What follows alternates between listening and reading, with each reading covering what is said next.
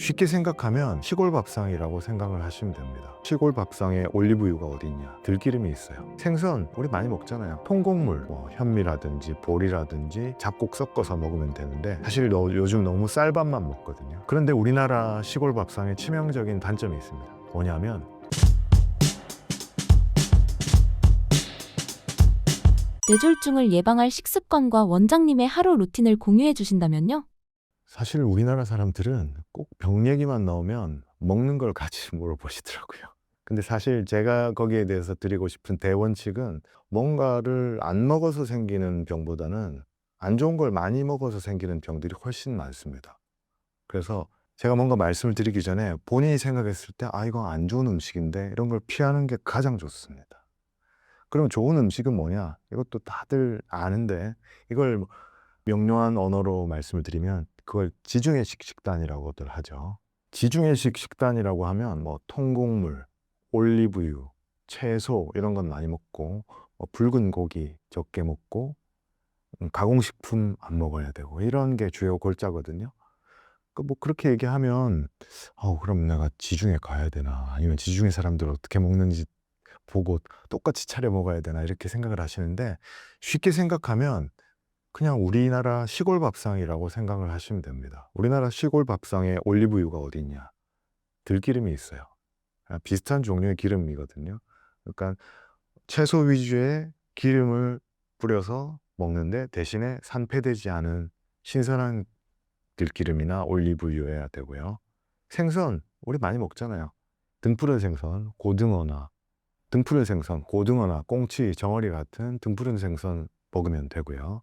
통곡물, 현미라든지 보리라든지 잡곡 섞어서 먹으면 되는데 사실 요즘 너무 쌀밥만 먹거든요. 식당 가면 거의 그냥 백반 나오는데 그런 거 좀 피하시면 좋고요.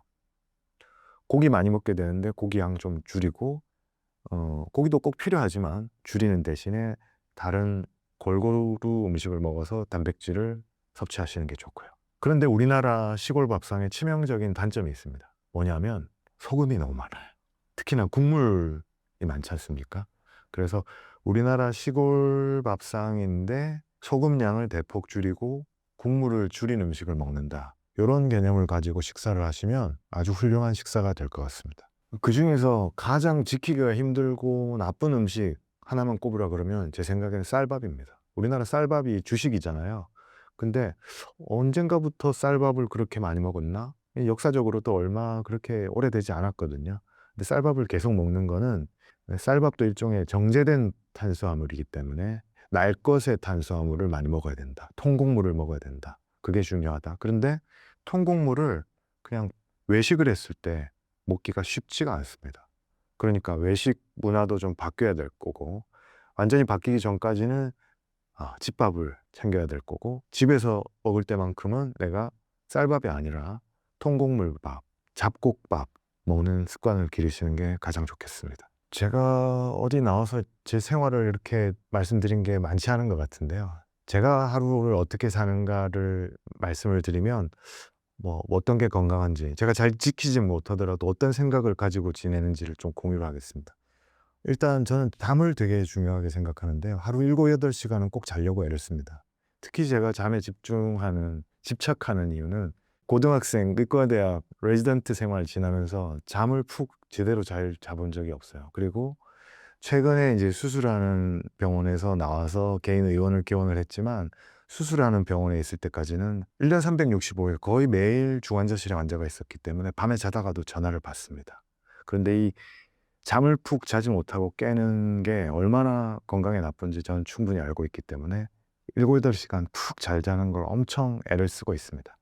잘 자고 아침에 일정한 시간에 일어나게 되는데 보통 6시 반 전후로 일어나려고 애를 쓰고 있고요.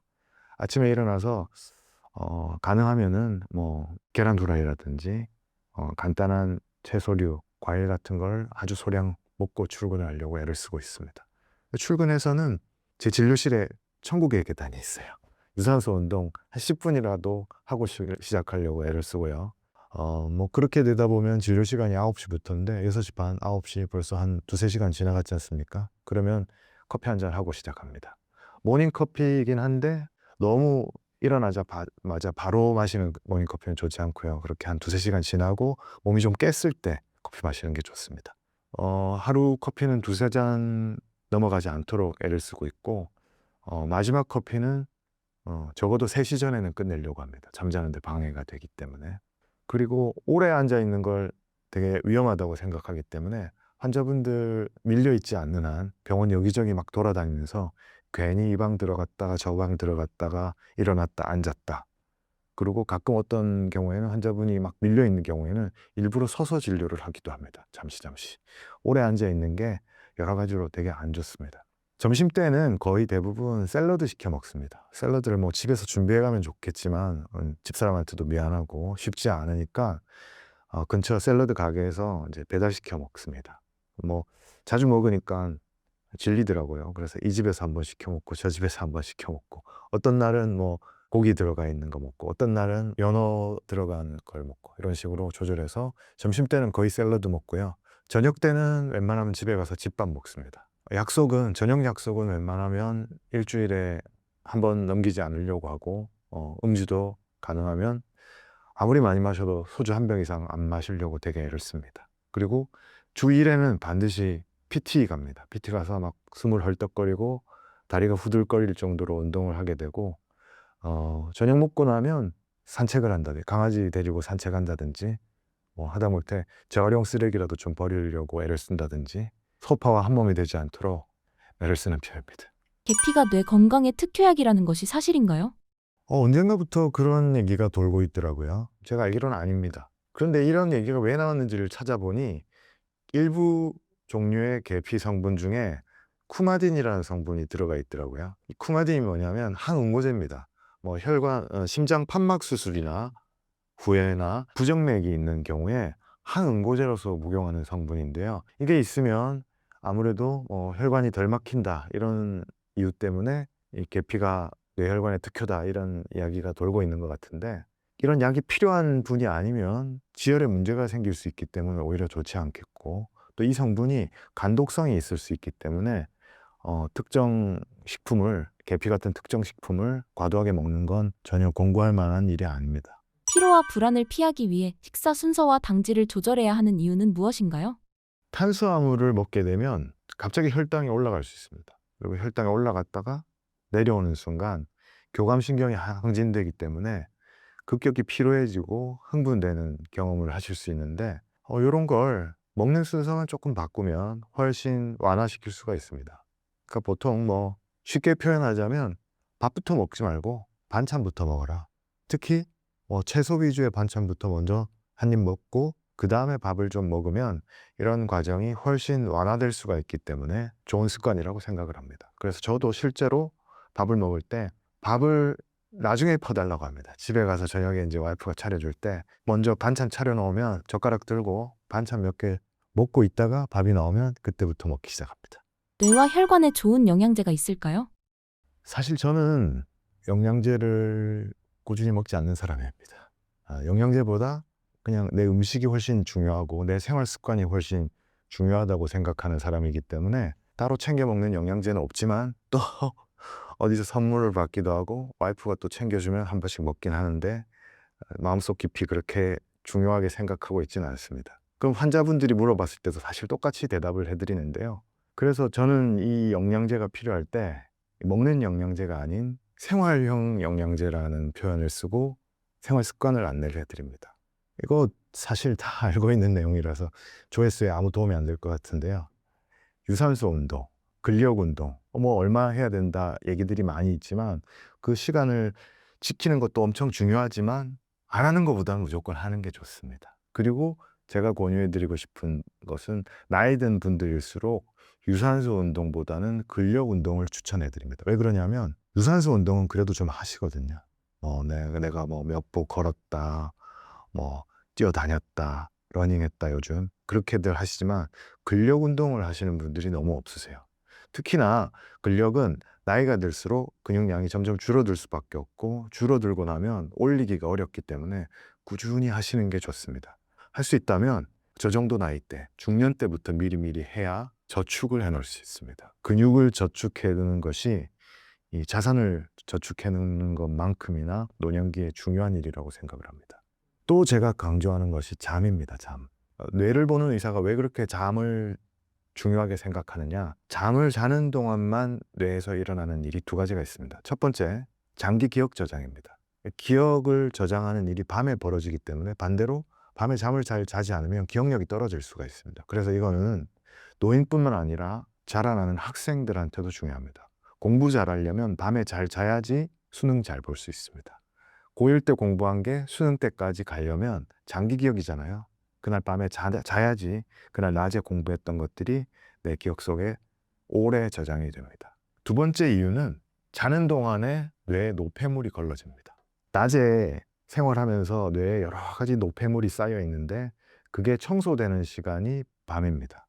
그런데 밤에 자지 않으면 그 노폐물이 청소가 안 되기 때문에 계속 쌓이게 되겠죠.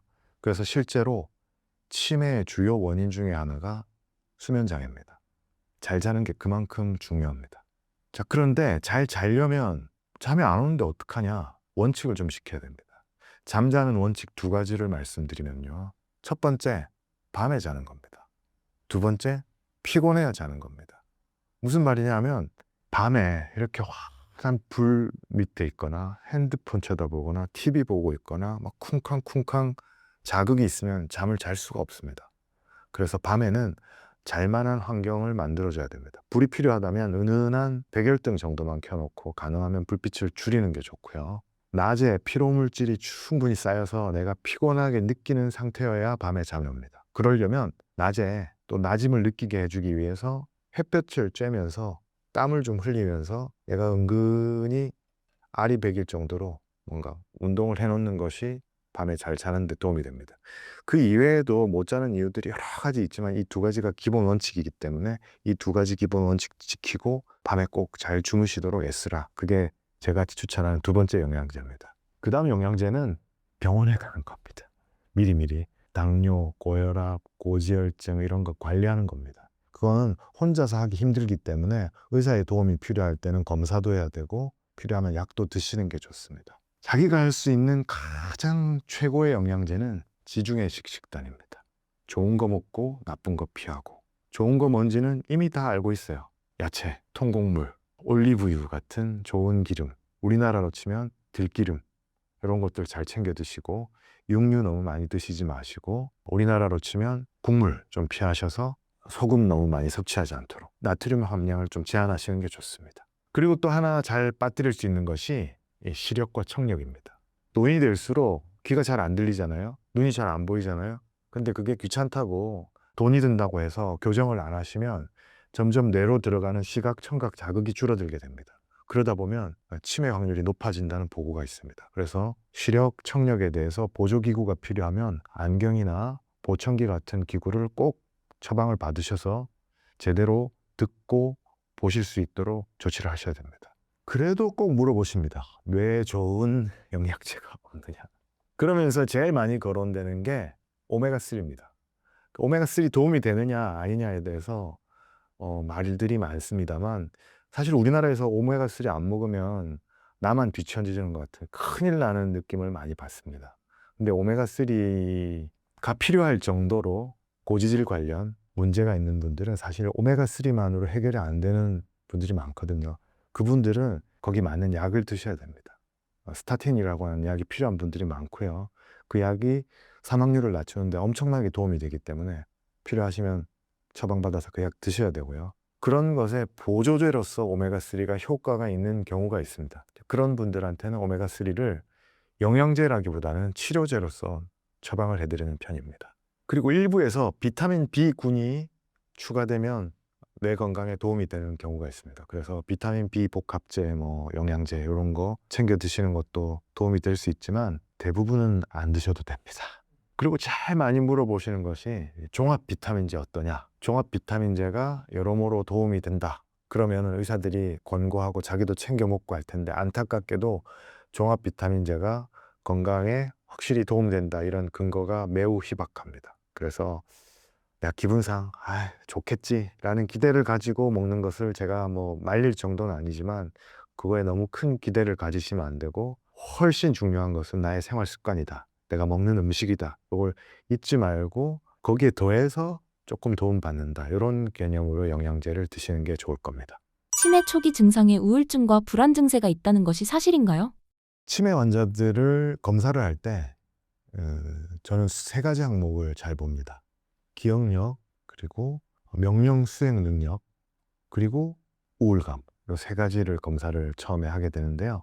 기억력이야 당연히 검사해야 되겠다 싶을 거고, 치매라는 것이 기억력에 문제가 생겨서, 정확하게 표현하면 인지 능력에 문제가 생겨서 그걸로 인해서 일상생활에 장애가 생기는 병을 치매라고 부릅니다. 자, 그런데 일상생활 능력은 뭐 계산하는 거라든지 기억하는 거라든지 그걸로 인해서 일상생활에서 계단 오르기, 밥 챙겨 먹기, 용변 처리하기, 옷 입기 이런 능력들이고요. 그런 것들이 조금 떨어지기 시작하면 우울증이 동반되는, 우울증까지는 아니더라도 우울감이 동반되는 경우가 꽤 있습니다. 그리고 그 우울감이 결국 나머지 이 두 가지, 기억력과 일상생활 수행 능력에 문제를 오히려 유발하는 경우가 있을 수 있습니다. 그래서 이 세 가지를 같이 검사를 하게 됩니다.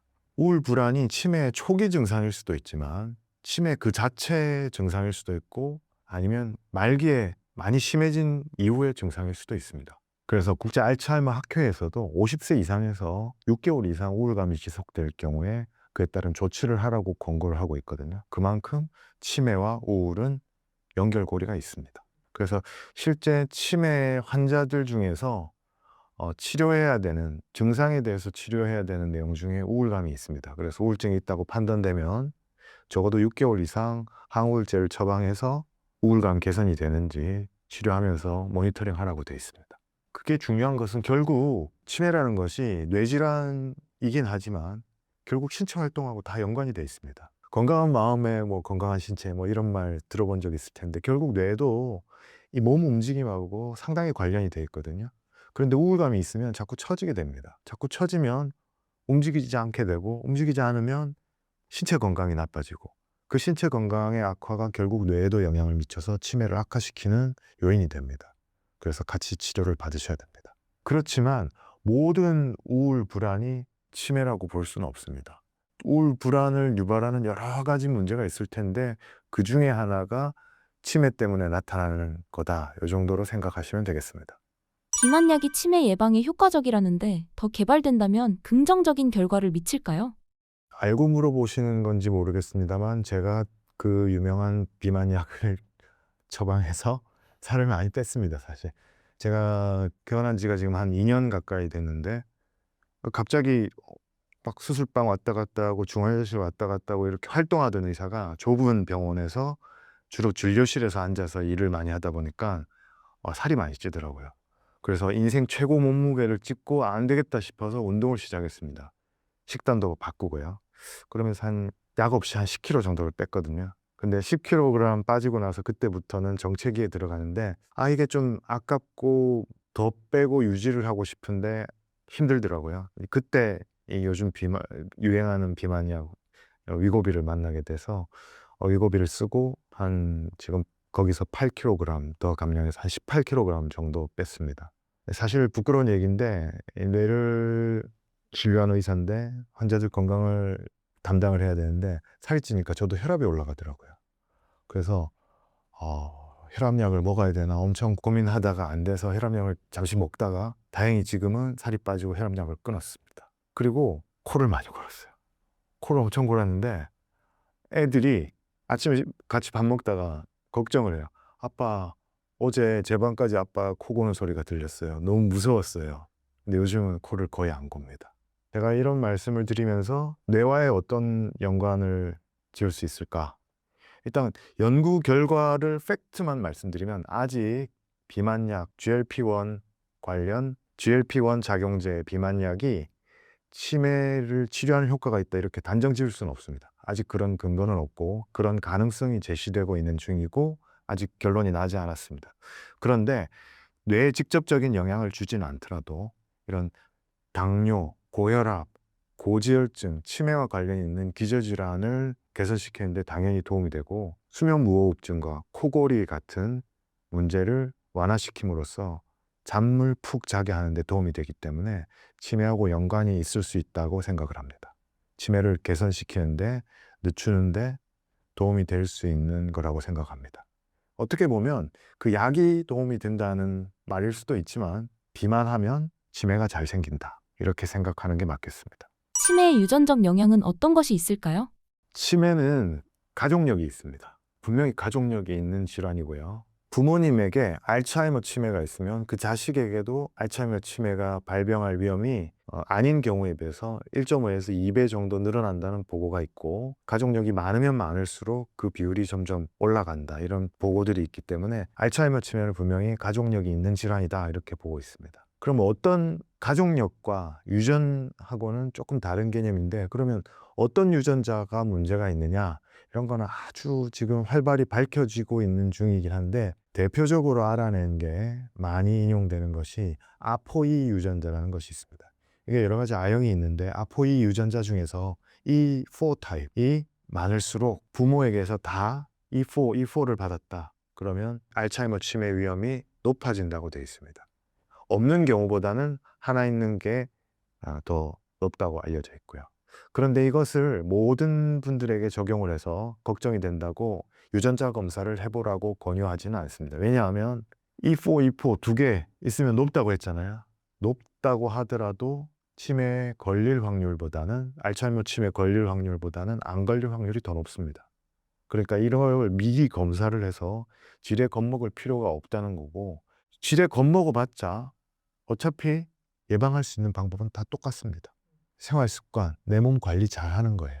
그렇기 때문에 이런 가족력 때문에 미리 걱정을 해서 이것저것 다 검사를 하는 게 마음의 불안감을 조금 해소하는 데 도움이 될 수 있지만, 의학적 권고사항은 아닙니다.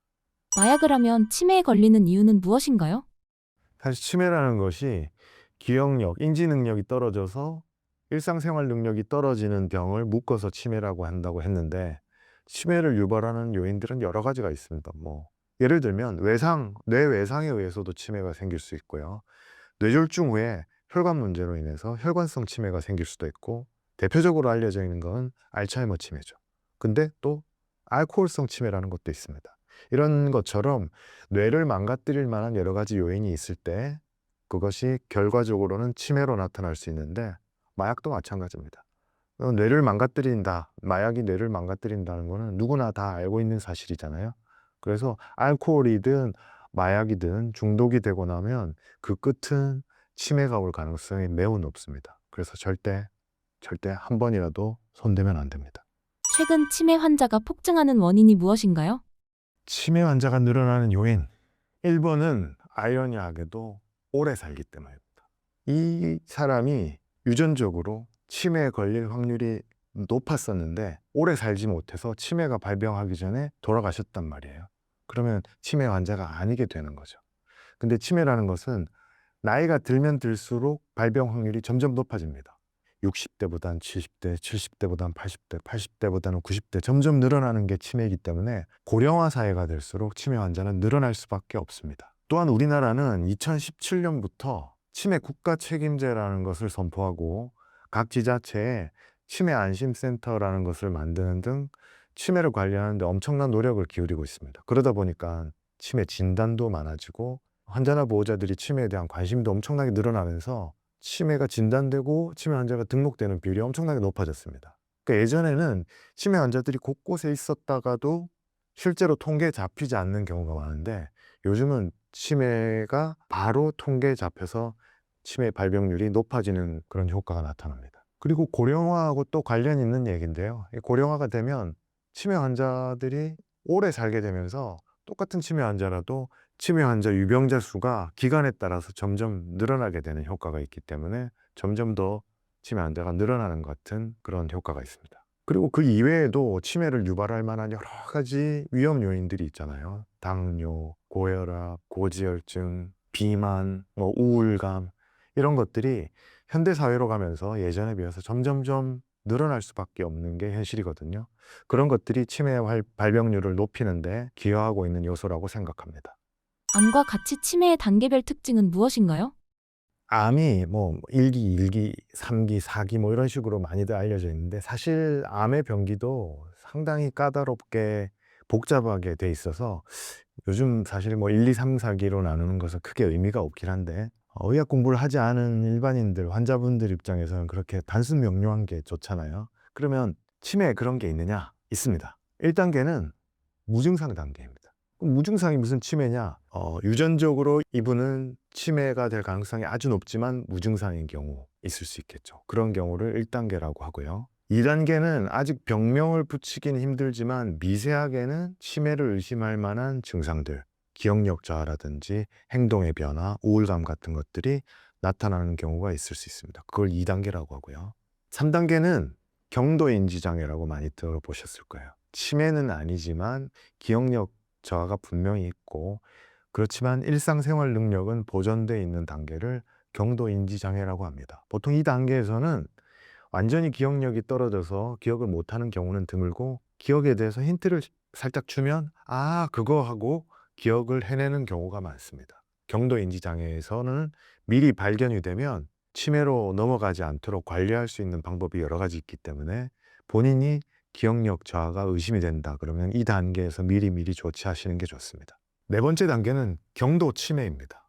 일반적인 일상생활 능력은 보존이 되지만 복잡한 업무 수행이나 뭐 금융 업무 같은 거에는 제한이 있어서 주위 사람이 좀 도와줘야 되는 그런 상황인 경우를 보통 경도 치매라고 하게 되겠습니다. 5번째 단계는 중등도 치매입니다. 중등도 치매가 되면 옷을 갈아입는다든지 밥을 먹는다든지 하는 아주 기본적인 일상생활 능력에도 조금씩 장애가 생겨서 하루 24시간 내내는 아니지만 특정 동작에서 주위 사람의 도움을 받아야 되는 경우입니다. 마지막 6단계는 중증 치매입니다. 이 경우에는 24시간 주위의 케어가 필요하기 때문에 한순간도 환자 옆을 떠날 수 없는 그런 단계가 되겠고 보통 이 정도 단계가 되면 가정에서 환자를 케어하기는 상당히 힘든 상황이라고 보시면 되겠습니다.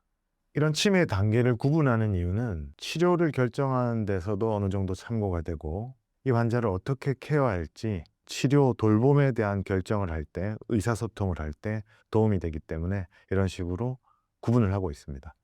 여기서 제가 제일 다시 한번 강조드리고 싶은 것은 경도인지 장애 단계에서 미리 발견해서 최대한 치매로 가지 않도록 늦추는 것이 이 치료의 핵심이라고 생각을 합니다. 증상은 가볍지만 선망이 더 무서운 이유는 무엇인가요? 선망과 치매가 헷갈리는 경우가 많고요. 치매 환자들이 선망이 일부 동반되는 경우도 있고 치매하고 전혀 상관없는 분들이 선망이 오는 경우도 있는데 선망과 치매의 가장 큰 차이는 영원히 진행되는 병이냐 아니면 일시적이냐 이 차이로 보시면 되겠습니다.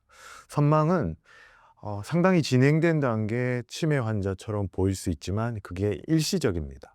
그리고 선망을 잘 유발할 만한 특정한 상황이 있습니다. 대표적으로 입원했을 때입니다. 특히나 노인들이 입원했을 때, 특히나 뇌에 평소에 뭔가 문제가 있는 노인들이 입원했을 때 선망을 잘 유발하게 됩니다. 그래서 뇌 관련 환자를 보는 저 같은 의사가 환자를 입원시켰을 때 선망 때문에 이 환자 입원을 시켜야 되나 말아야 되나 엄청 고민할 때가 많습니다. 그러니까 집에 계셨으면 선망이 안 일어났을 만한 분이 익숙하지 않은 병원 환경에서 노출되면서 선망이 오는 경우가 있거든요. 그래서 보호자분들은 그런 내용을 잘 모르시니까 좀 입원을 시켜줬으면 할 때 의사들이 요런 경우는 차라리 집에 계시는 게 좋겠어요. 입원 안 하시는 게 오히려 빨리 회복되는 데 도움이 되겠습니다 하고 입원을 거절하는 경우가 종종 있을 수 있습니다. 그래서 선망이 무서운 이유는 선망이 발생한 그 시간 동안에는 보호자분들도 엄청나게 놀라게 됩니다. 한 번도 그런 일이 없다가 갑자기 소위 치매 환자처럼 내지는 막 제정신이 아닌 사람처럼 행동을 하게 되고 폭력적이 되거나 위험에 노출된 신체적인 위험에 노출될 수 있는 경우가 많기 때문에 사고가 나지 않도록 되게 조심해야 됩니다. 제가 입원 환자들 돌보던 시기에는 선망 때문에 간호사들이 밤에 한밤중에 저를 전화를 걸어서 당직 때 깨우는 경우가 많은데 상당히 난감합니다. 그럴 경우에. 그럴 때는 할 수 없이 또 약물을 써서 환자를 컴다운 시켜야 됩니다. 재워야 됩니다. 근데 그런 약을 쓰게 되면 오히려 선망 기간은 더 길어질 수 있고 앞으로 선망이 더 잘 유발될 수 있도록 촉진시킬 수도 있기 때문에 상당히 신중해야 되는데 사고 위험이 있기 때문에 입원 기간 중에 어쩔 수 없이 그런 약들을 쓰는 경우도 있습니다. 그런데 확실한 것은 선망은 치매와는 다르고 일시적입니다. 그래서 선망 환자는 가능하면 빨리 일상생활로 익숙한 환경으로 복귀시키는 게 좋고요. 그래서 선망 단계를 벗어나서 정상으로 돌리게 하는 게 좋고, 또 입원 기간 중에 내지는 꼭 입원이 아니더라도 익숙하지 않은 환경에 갔을 때 가능하면 나랑 평소에 환자분이랑 익숙한 물건이나 환경을 주위에 많이 조성해 주는 게 좋습니다. 뭐 사진이라든가 평소에 듣는 라디오나 음악이라든지 그런 것들을 노출시켜 주고, 너무 밝게는 말고 은은한 백열등 같은 걸 좀 켜서 밤 시간을 잘 보낼 수 있도록 도와드리는 것이 좋습니다. 구독자분들께 한마디 해주신다면요? 사실 오늘 제가 뇌 건강에 관련해서 말씀드린 내용들이 다 별로 재미가 없는 내용들이에요. 뭔가 특별한 게 있나 싶어서 들었더니 다 듣던 얘기만 하는 거예요. 제가 건강에 대해서 이제 환자분들한테 말씀드리는 게 애들 공부시키는 거랑 똑같다. 공부에는 왕도가 없지 않느냐. 건강도 마찬가지다. 뾰족한 방법이 없다. 남들 잘 모르는 나만 아는 비법 같은 걸로 내가 건강을 지키고 싶다. 그런 건 없는 거예요. 수석하는 친구들 보면 교과서 위주로 열심히 공부했다 그러잖아요. 물론 과외도 받겠죠. 건강의 경우는 내가 생활 습관 잘 지키는 게 그 교과서 위주로 하는 거고요. 과외 받는 거는 의사 진료 받는 겁니다.